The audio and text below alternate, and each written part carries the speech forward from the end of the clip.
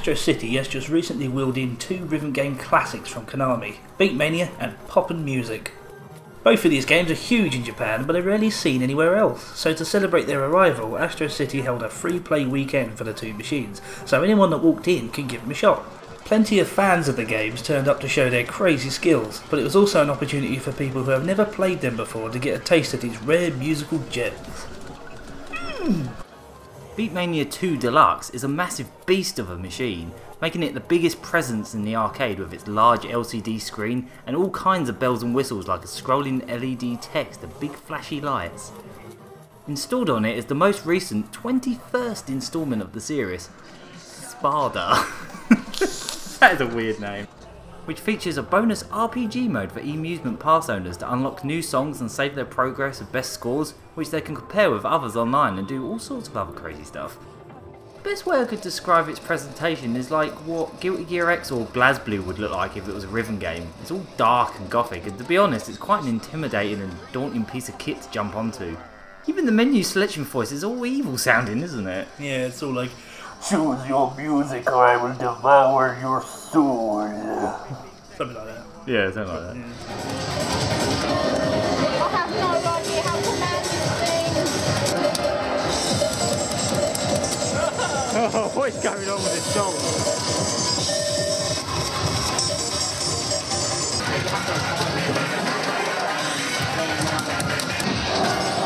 Wild. This is very confusing and daunting. Poppin' Music in comparison is a far more inviting and friendly looking game with its bright colours and cute characters, and in fact was always intended to be a light-hearted rendition of Beatmania, though it has gone on to become its own thing entirely and can be set to be just as difficult as Beatmania, if not more so apparently. This machine appears to be from the very first game, which over the years must have been converted several times judging by the marquee art, leading up to the 14th instalment from 2006, Fever. Poppin' Music is also one of the two that we've been playing before the event, as the Gagaman has the Dreamcast games along with the controller, which is a much smaller contraption, but it let us get some practice in before we played the real deal. Yeah, it was nice to finally play on the proper arcade, big smacky curved buttons. We can give them a good old slap. Yeah, because the Dreamcast one is not only is it small, the buttons are smaller, they're not curved, they're flat, but also if you so much as breathe on them, they go off. They are so sensitive. I failed that visually.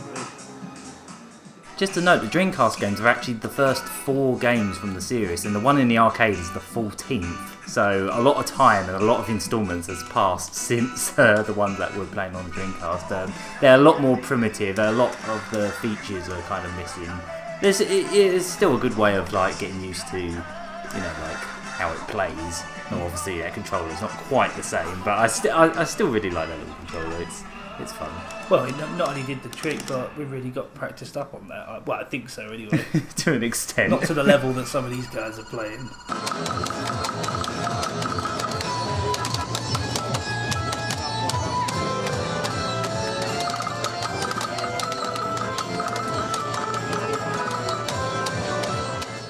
The music selection is a variety of original songs, music from other Konami games like DDR, Mystical Ninja Goemon and Gradius, and theme tunes from anime like Gundam, Lupin III and Dragon Ball.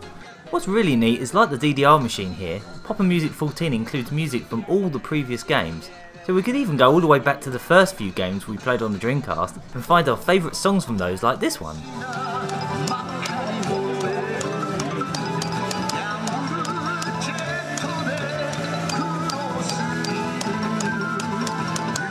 As we were playing it throughout the day, we kept discovering new options that could be tinkered with, including increasing the speed of the game.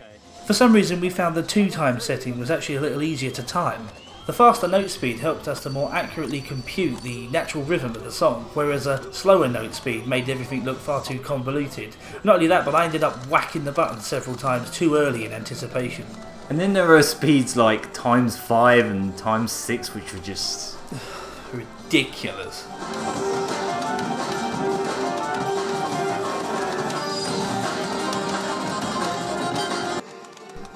Our favourite mode of the game by miles was the 2-player battle mode, in which you compete against each other using only the 3 buttons on each end. We found this is actually a really good way to get started as complete beginners, and it let us get used to the timing of the game without having to worry about remembering all 9 buttons yet. One of the coolest features of the battle mode are the special attacks, which you level up and send your opponents with the blue button. This starts up a little baseball mini-game at the bottom of the screen, which really adds an extra layer of strategy, as trying to play the song well while keeping track of the baseball match below is one of the most intense but rewarding elements of the game. Also on this weekend, Astro City updated their Pump It Up dance machine into the most recent build, Pump It Up Fiesta. Basically the machine is like DDR with an extra button in the middle, and is probably the most Korean dance game I've ever seen. Almost all the music on it is K-pop, as well as remixes of classical music, and a rather strange rendition of the Tetris theme.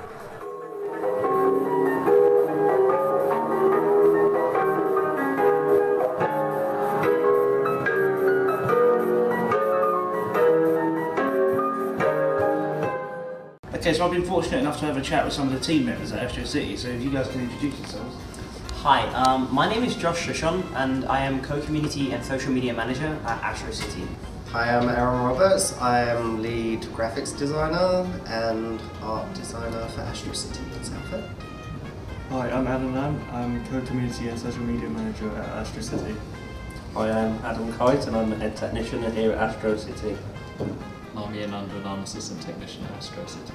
So this weekend we came down for a Pop and Music and Beatmania event where it's free, you guys are free to play both those games throughout the whole weekend. So first of all, can you just tell us a bit about the machine? Because am I right in assuming that these are, I know Pop and Music is the only one in the UK, isn't it? I believe so. Right now there are no more Pop and Music or 2DX machines in the actual country, so these are the only 2 available. Fantastic. Okay. So I heard that the journey you guys had to take to go and just to pick up the machine, wasn't it quite crazy? You had to go literally across the country. Yeah, Ian and Aaron both journeyed from England all the way across Europe to Sweden. They can tell you more about that. Nightmare. 2,500 miles of like in 4 days. Oh, wow. Never again. Never again, but like labour loving. What was that, like a road trip, I assume? Yeah, kind of like a road trip where they kind of didn't really have time to stop and just go, ooh, it's nice city. We travelled from Calais to Hamburg, stayed in Hamburg for the night, then from Hamburg to Stockholm, and then the next day back to Hamburg, and then we stayed the night, and then back to Calais. And that's a 4-day journey. Yep. We're going to do it in at least a week. Must do anything like this next time. Oh wow. So, because you installed the games before this weekend, didn't you? Have they been quite popular? I know yesterday it was really busy there, wasn't it?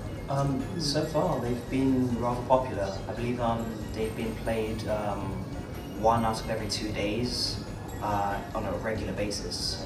So somebody's been here at least once every 2 or 3 days, playing it like all day long. That's great. Really, all day long? Well, I know that we got hooked earlier on today, like, for at least 2 hours. We were on the Pop and Music machine alone. It's an addictive game. Oh, it's a lot of fun. It's great. We haven't actually had the chance to try Beatmania yet because it looks really daunting. It's really intimidating, but it's a lot of fun and very addicting, and truth be told, the easier of the 2. Really? I believe. Easier than Pop and Music? I'd say Pop and Music's easier. I'd say The end Beatmania is game of like Pop and Music is really difficult. That is true. Well, to be We fair, haven't got a scratch, so that's a lot of it. I think you've got 2 more buttons and you have to like. Yeah. Rather have buttons than a scratch. We had a lot of fun with the 2-player battle mode today, which we didn't know about actually until we saw you played it. Yeah. That's an amazing mode. Because you got this weird the ability to pass a bat to each other, and you got to keep this volley going. And then if you get the other player with it, you pass on these horrible effects onto them, like wobbly notes, invisible notes, and all your character just getting in the way. if you miss the ball, like to go. Yeah. Miss it and then. So you got to carry on the song and watch at the bottom of the screen for this red note. I was just wondering, how's Astro City doing in general? The whole arcade. So far, it's actually been doing a lot better. Yeah. Since the beginning of this year, after we took on the social media aspects of everything, we've seen a large increase in the community itself. The idea was we would like to get an actual community for Astro, and I believe we've just about done it. Yeah. We've almost hit 1,000 likes on Facebook. We created a Twitter. We did stream yesterday, Beatmania IIDX on Twitch. We're planning so much more, and I think we're actually just about to get the community that we really, really want, and that's what's important. That's what it's all about, really. August 29th to 31st, we have what we call the Q3 event, and that is the third quarter of the year. That is a DDR, Pump It Up, Beatmania IIDX, and Pop and Music meetup. So a whole music and rhythm game meetup. Wow. So we are expecting people from all around England to come and spend the weekend and just socialise and enjoy the games themselves. I think that's going to be massive, because I remember the DDR alone, the community for that was huge. So if you're going to put all of them together, that's going to be quite a turnout, I imagine. Yeah, as I said before, the community is what it's all about. We want people to hang around in arcades again, because there's just been a bit of a lack of that. Well, at least that's what I feel anyway. So, yeah, keep it up. Yeah, we're really trying to reach out to the community, so that's why we have things like Pokemon events going on, 3DS meetups. I think Street Pass has been a real boom. Yeah, it has. Hasn't it? Yeah. We're working in cooperation with Andrew Runkle. He's admin of Street Pass Southend. He's now a personal friend of ours, and we're trying to get more and more people in.